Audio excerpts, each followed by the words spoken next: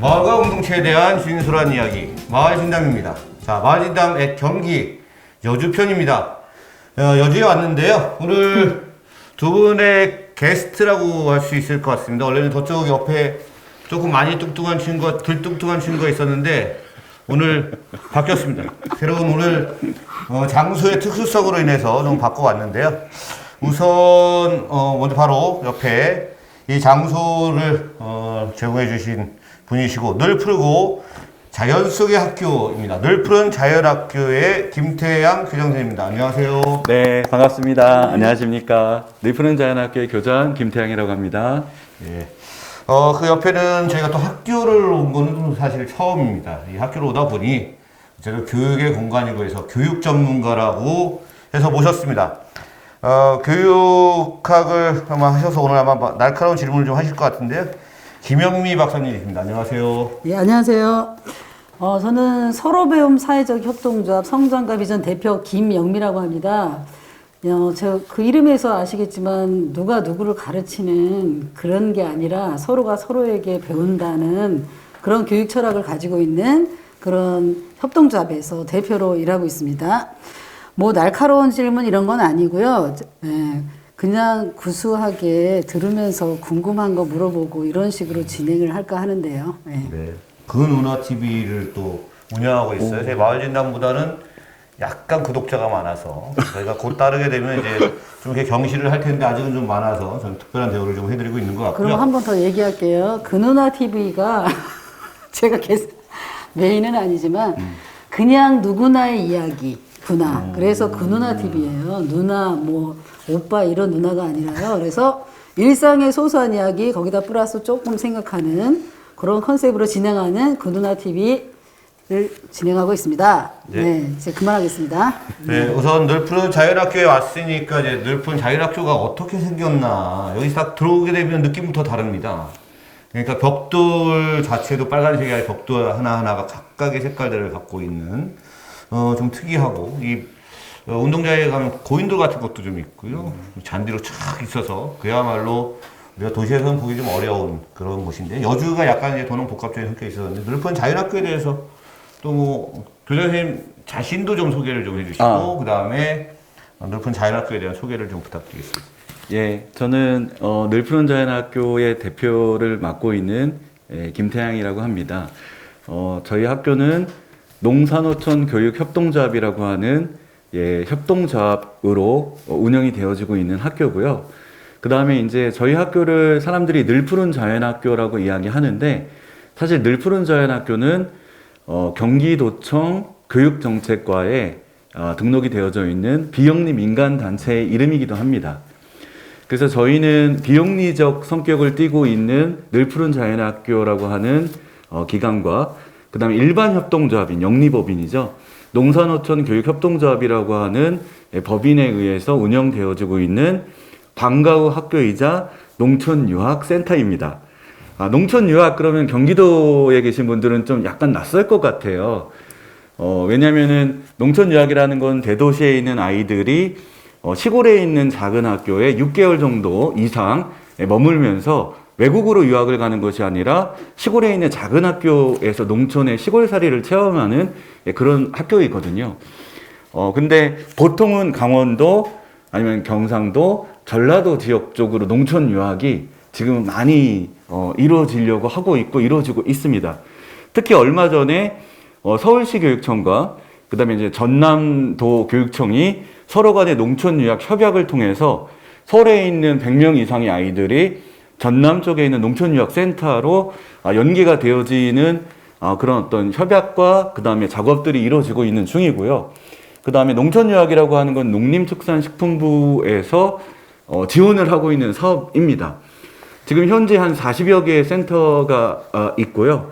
그 다음에 이제 저희는 지금 이제 농촌 유학을 시작한 지 한 6년 차 정도 된 것 같습니다. 다만 이제 경기도는 경기도민이 늘어나야 되어지는 부분에 별로 관심이 없다 보니까 농촌 유학에 대해서 경기도청 자체에서 잘 관심이 없고 그 다음에 조례도 아직은 만들어져 있지 않습니다. 지금 전라도 단위나 이렇게 도 단위, 광역 단위에서는 지원 조례가 만들어진 곳도 있습니다. 다만 이제 지금 현재 여주시의 시장님으로 계시는 이양진 시장님께서 제가 처음에 여기 농촌 유학을 시작할 때 시의원이셨는데 이 학교가 생기자마자 사실 처음 오셨어요.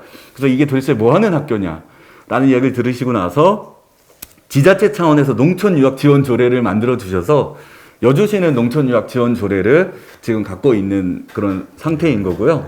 예, 그 다음에 대도시에 있는 아이들이 6개월 정도 저희 학교에 농촌 유학을 온다라고 하면 어떤 분들은 그럼 대안학교인가요? 이런 얘기를 하시는 분들이 있어요. 근데 이제 대안학교가 아니라 저희는 지금 여기서부터 3km 정도 떨어져 있는 곳에 점동초등학교라고 하는 학교가 있습니다. 그 다음에 지금 여러분이 계신 곳은 점동초등학교의 분교였던 당연 분교장입니다. 1996년도에 폐교가 됐거든요. 근데 이제 폐교가 된 이곳을 저희가 늘푸른 자연학교라고 리모델링 했고요. 그 다음에 지금 우리가 모여있는 이 건물이 교육공간이고 양 옆으로 보면 3층짜리 건물 하나와 지금 이 옆서에 있는 2층짜리 건물이 있는데 이곳이 농촌유학센터입니다. 농촌유학센터는 아이들이 생활하는 공간입니다. 그러니까 대도시의 아이들이 초등학생 아이들입니다. 저희는 대상이 2, 3, 4, 5, 6학년 아이들로 이루어져 있고요. 전입을 합니다. 주민등록법상 초등학생 아이들의 전입은 반드시 성인인 학부모의 동의에 의해서 이루어지기 때문에 전입을 하고 난 다음에 제가 이제 주민등록 등본을 떼면 저는 지금 50명의 아이들이 제 밑으로 쪼르르륵 있어서 법적인 제가 대리인이 되고요. 그 다음에 그 아이들은 이 여주시의 주민이 됩니다. 그럼 당연히 인근에 있는 학교로 아이들이 공교육으로 가야 되는 상황이 되고요. 다만 이제 시골에 있는 작은 학교가 활성화가 안 되는 이유는 또 대도시로 아이들이 다 빠져나가는 이유는 그만큼 교육과 문화적인 컨텐츠가 없기 때문에 대도시로 빠져나가고 여주시도 사실은 지금 인구 소멸 도시로 경기도에 올라와 있습니다. 또 여주시 안에서도 점동면은 인구 5천이 좀 안 되는 동네인데 우회도로가 뚫리면서 점동면이 아마 여주시에서도 읍면 중에서는 제일 먼저 사라질 수 있는 면에 올라와 있는 상태인데 근데 지금 이 늘푸른 자연학교라고 하는 농촌유학센터가 생기고 나서 지금 현재는 엄청나게 인구가 늘고 있다. 네, 인구도 늘고 있고 왜냐면 활동가인 선생님들도 이리를 이주하고 학부모님들 중에도 아예 귀촌을 결심하시는 분들이 있고 이 아이들은 다 지금 여주 주민이 된 거니까요. 이게 평균 연령도 지금 상당히 많이 낮춰지고 있는 상태입니다. 고령화에 역행하는 분이라고 계시네요. 저는 사실 여기 이 교장 선생님을 안 거는 작년에 좀 뵙고 알아서 제가 한번 여기 꼭 오겠다라고 말씀을 드렸었는데 그때도 이쪽에 점동면에서 뭔가 하신다는데 학교 선생님이라 그러길래 대안학교 선생이구나. 그러고서 저는 정말 오늘 왔는데 오늘 보니까 대안학교라기보다는 이제 다른 측면에 있고 제가 여기 질문지대로 사실 잘 하지 않지만 1부터 6가지가 있는데 1-1을 물어봤는데 1-5까지 가버렸어요. 5번까지 가버리셨어요. 그래서 그러면 뭐 지금 거의 이제 끝낼 분위기가 지금 얘기하신 거에서 질문을 뽑아내면 어떨까요? 그래서 지금 쭉 브리핑을 하셨는데 대표적인 그 생산품 프로그램이 이제 농촌유학센터잖아요. 네. 지금까지 배출했다 그럴까? 그런 학생들은 몇 명이었고, 그 다음에 그것의 성과? 이런 거는 뭐라고 할 수 있는지, 이런 것들을 좀 얘기해 주시면. 지금 처음 저희가 센터가 생기고 나서, 시작했었을 때 인원이 20여 명이었습니다. 그 다음에 이제, 너무 저희가 첫 경쟁률이 6대1이었거든요. 저희가 일반 협동조합인 농산어촌 교육협동조합이라고 하는 법인격으로 시작했던 이유가 사실 저는 아까 저에 대한 소개도 좀 해달라 하셨는데 안산 지역에서 야학을 했었습니다. 대학을 졸업하고 나서 상록수 야학이라고 하는 이제 지역 공부방을 좀 했었는데 근데 이제 그때 느꼈던 게 뭐였냐면 아이들이 야학은 그러니까 지역 아동센터 지역 공부방은 아이들을 재울 수가 없지 않습니까? 근데 이제 아이들을 교육시키고 난 다음에 어떤 일들이 생겼나 봤더니 그 아이들이 집으로 돌아갔었을 때 그런 구타나 아니면은 같은 친구들하고 어울리면서 뭔가 범죄나 안 좋은 상황 속에 처해지는 네. 안타까움들이 있더라고요. 그래서 어떻게 하면 여기서부터 이 아이들이 조금 벗어날 수 있는 새로운 교육적인 모델이 뭐가 없을까라고 고민을 하던 끝에 사실 50여 년 전에 일본에서 시작됐던 교육 운동이 있습니다. 그게 산촌 유학이거든요. 이 아오키라고 하는 초등 교사를 중심으로 해서 우리는 농촌 유학이라 하지만 대한민국은 일본은 좀 산촌 유학이라고 표현했는데 소다테루카이 그러니까 이제 키움회라고 하는 뜻이죠. 예, 그런 법인을 중심으로 해서 일본 전역에 산촌 유학이 막 생기기 시작했습니다. 근데 이제 이게 효과가 좀 있다 보니까 일본에서 지자체에서도 뭔가 산촌 유학을 보급해야 되겠다 하면서 버블 현상이 막 생겼는데 근데 이게 아무래도 하드웨어나 휴먼웨어가 있지 않은 상태에서 그냥 좋다라고 해서 생겼었을 때는 덩그러니 유휴지로 하드웨어만 남고 운영이 안 되어지는 상황들이 생기다 보니까 그 버블 현상을 겪고 난 다음에 현재 일본은 산촌 유학은 막 이렇게 대한민국처럼 진일보해 가지 않고 그냥 좀 머물러 있고 소다테루카이라고 하는 법인에 의한 산촌 유학만 근근히 명맥을 이어가고 있는 추세입니다. 근데 이제 대한민국은 왜 민들레 출판사라고 하는 김경옥 선생님과 이제 현병호 대표님을 중심으로 해서 일본에 이런 게 있구나라고 하면서 대한민국에 소개하기 시작하신 지 한 10여 년이 지났고요. 그 다음에 일기를 잃었던 그 농촌 유학의 분들이 계신데 시골살이라고 하는 농촌 유학과 또 지금 엄청나게 유명한 단양의 한드미 마을이라고 하는 것이 있습니다. 예, 거기에 정문찬 대표를 중심으로 한 그 농촌 유학 1기가 있고요. 저희는 한 3기 정도 되지 않을까 싶습니다. 근데 자칭. 이제 자칭이죠? 네네네네. 예, 자칭입니다. 그러면서 지금 현재 이것을 이뤄나가고 있는데요. 이 농촌 유학이라고 하는 걸 통해서 아이들로부터 좀 해로운 환경으로부터 아이들이 벗어나서 교육을 할 수가 있고, 그 다음에 이 아이들 간의 공동체 생활을 통해서 뭔가 이루어질 수 있겠구나라는 생각도 했고, 대안교육이 갖고 있는 소위 말해서 그런 어려움이 있거든요. 뭐냐면 법제화가 되어져 있지 않은 상태에서 일단은 어느 정도는 그냥 서로 심증과 약속에 의해서 존재하고 있지만 부모님들 입장에서는 늘 불안한 마음들이 있어서 새로운 교육적인 어떤 비전을 좀 제시하고 싶고 도전해보고 싶은데 그런 어려움들이 좀 있거든요. 근데 농촌 유학은 아이들이 공교육을 갑니다. 네. 예, 그러니까 공교육을 받되 시골에서의 또 혜택이 있습니다. 적은 학급 아이들의. 근데 끝나고 나온 다음에 대도시에서 받을 수 있는 그런 부족함을 지금 이런 폐교를 이용한 방과후 학교가 아이들에게 이제 그것을 충당시켜 줌으로 인해서 부모님들 입장에서는 한번 좀 도전해보고 싶다라고 하는 부분이 대안학교 쪽보다는 좀 더 있지 않았나. 큰 의미에서는 대안교육으로 보지만 작은 의미에서는 공교육으로 가기 때문에 또 대안교육연대 안에서는 저희를 약간 하이브리드형으로 좀 바라보고 있는 부분이 좀 있습니다. 장점만 취해서 네. 했던. 이제 아까 왜 시작하게 되셨는지 말씀하신 거에서 감동을 많이 받았어요. 그러니까 우리가 사람이 이렇게 성장해 가는 데 있어서 환경이 중요하잖아요. 그 환경 중에서 뭐 가정도 있고 학교도 있고 마을도 있는데 야학하시면서 그 애들을 잠깐 지식적인 거나 이런 걸 가르치다가 얘네들이 집에 들어가면 그 여러 가지 안 좋은 환경에 놓여 있는 것 이런 것들에 대한 문제의식을 가지시고 이렇게 장기간 그 도시에 있는 그 애들이 여기 와서 머무르면서 자연과 친해지면서 서로 교류도 하고 공동체성을 키울 수 있게 하신다는 그런 취지를 잘 새겨 들었고요. 그런데 이제 제가 또 그런 의문, 이렇게 하는 데가 없고 훌륭하다고 제가 생각을 합니다. 왜냐면 다른 데는 다 뭐 2박 3일 프로그램이나 이렇게 가가지고 뭐 텐트 치고 뭐 하고 이런 거 끝나고, 근데 여기는 6개월이라는 기간을 하니까. 그런데 또 하나 드는 의문은 뭐냐면 6개월이 지나고 나서 다시 자기 집으로 돌아갔을 때 그런 환경에 또 지속적인 이 아이가 자라기 위한 환경은 아닌 거잖아요. 그랬을 때 이 6개월 농촌 체험 이것을 한 것이 어떤 성과, 의미 이런 것들을 가지고 있는지 그게 제가 좀 궁금했어요. 이 홈페이지라든지 뭐 이런 것들을 보면서. 네.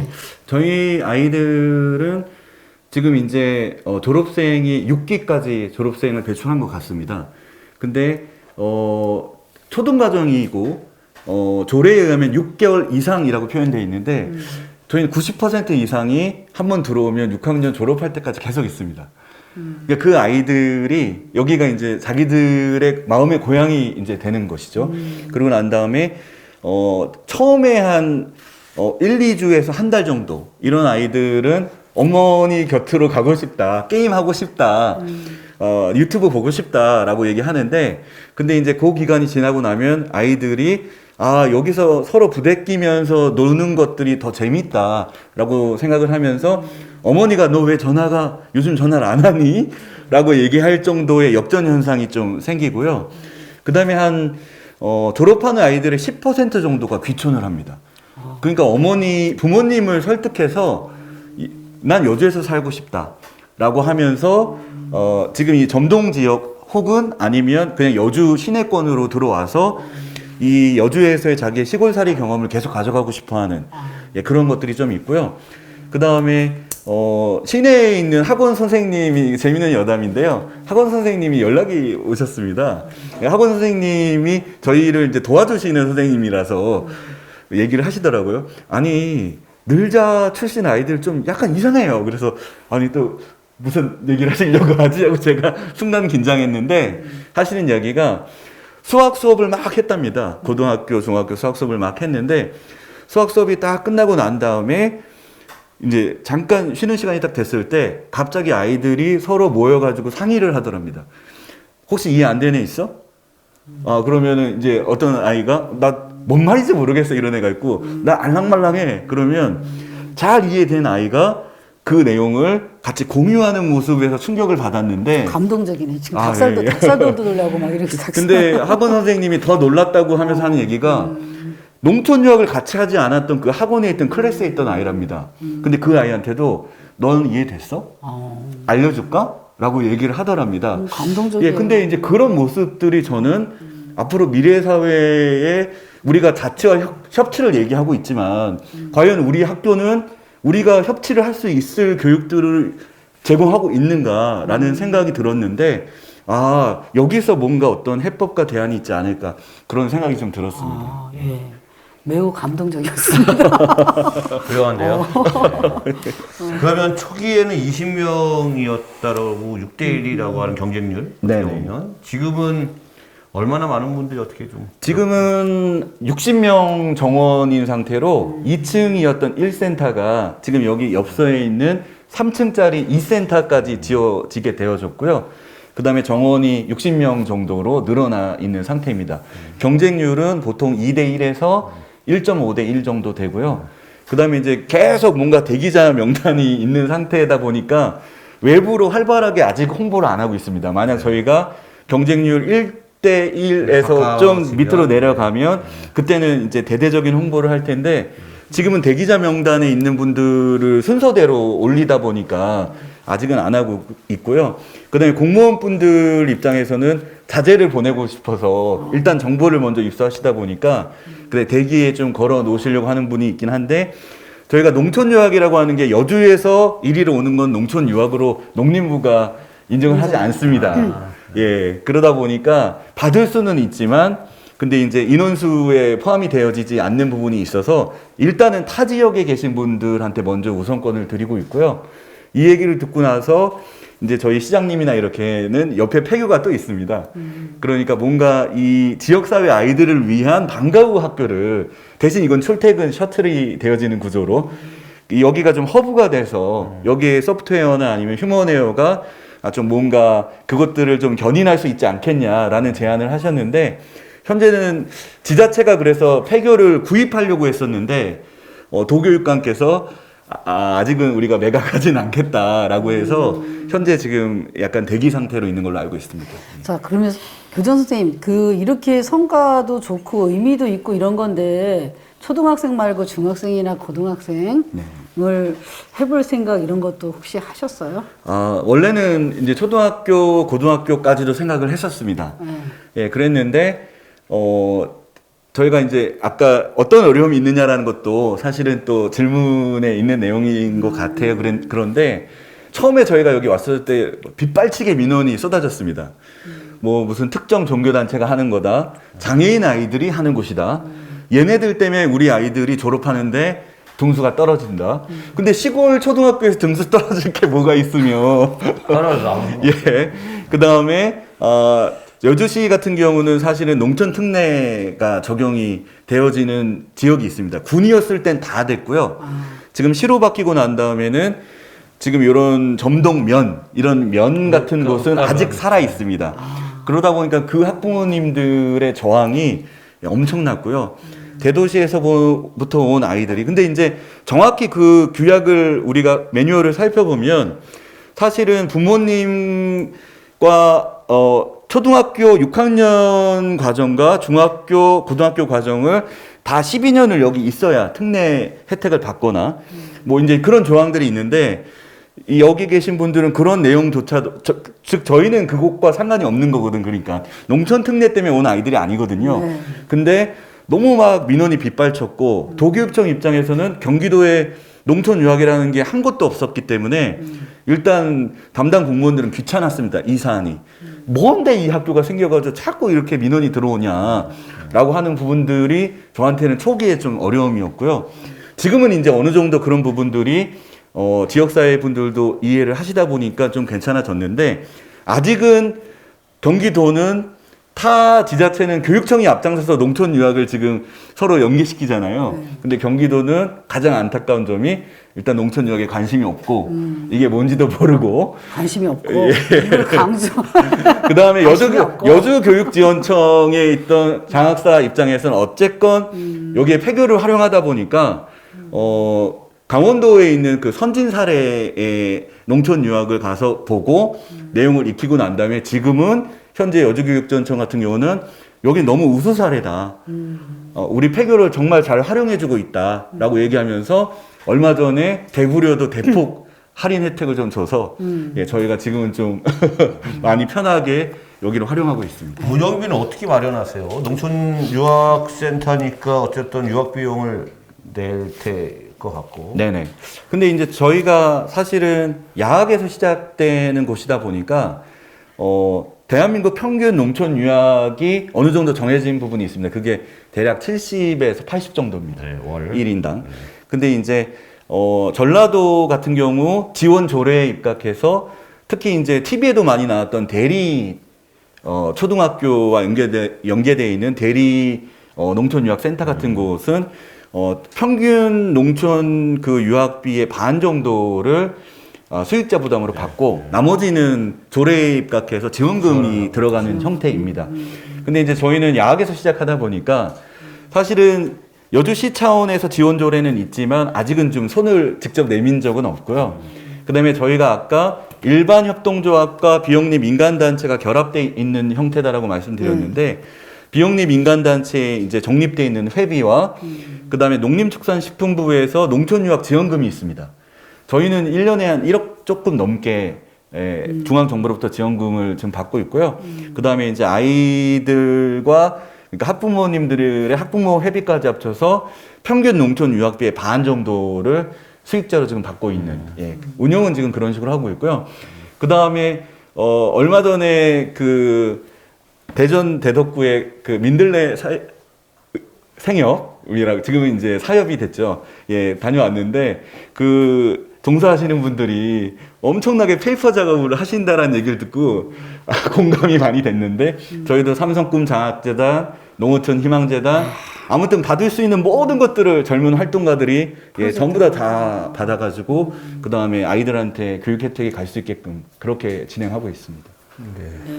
제가 아까 이제 막차 달려서 왔는데 우리 선생님께서 저렇게 상큼하고 신선하게 생기신 선생님께서 여기 촬영하러 오셨냐고 그러시는데 여기 계신 선생님들 얼굴이 아까 여기 가까이서 뵀을 때 막다 그럴까? 네. 이게 시골 살아서 시골이 아니라 농촌에 살아서 맑은 게 아니라 그 여기서 하는 활동이나 뭐 이런 것들을 즐겁게 억지로 힘들어서 하고 그런 게 아닌 것처럼 느껴져서 네네. 괜찮은데 우리가 어디를 알려면 거기서 일하는 사람들을 보면 알 수 있잖아요. 근데 그 선생님들 우리가 이제 이런 대안적인 교육 형태를 유지할 때 가장 힘든 게 재정이고 재정에서도 많이 들어가는 게 소위 말해서 인건비라고 하는 거잖아요. 근데 우리 선생님들이 여기서 일하시는데 뭐 그런 받는 어떤 보수라든지 뭐 이런 것들이 만족해 하면서 그런 거 별 문제 없이 월급을 밀른다든지 뭐 이런 일 없이 잘 운영하고 계시는 그건 거죠. 교장선생한테 여쭤보면 뻔한 답이 나올 것 같아요. 다른 분한테 여쭤봐야 되는데.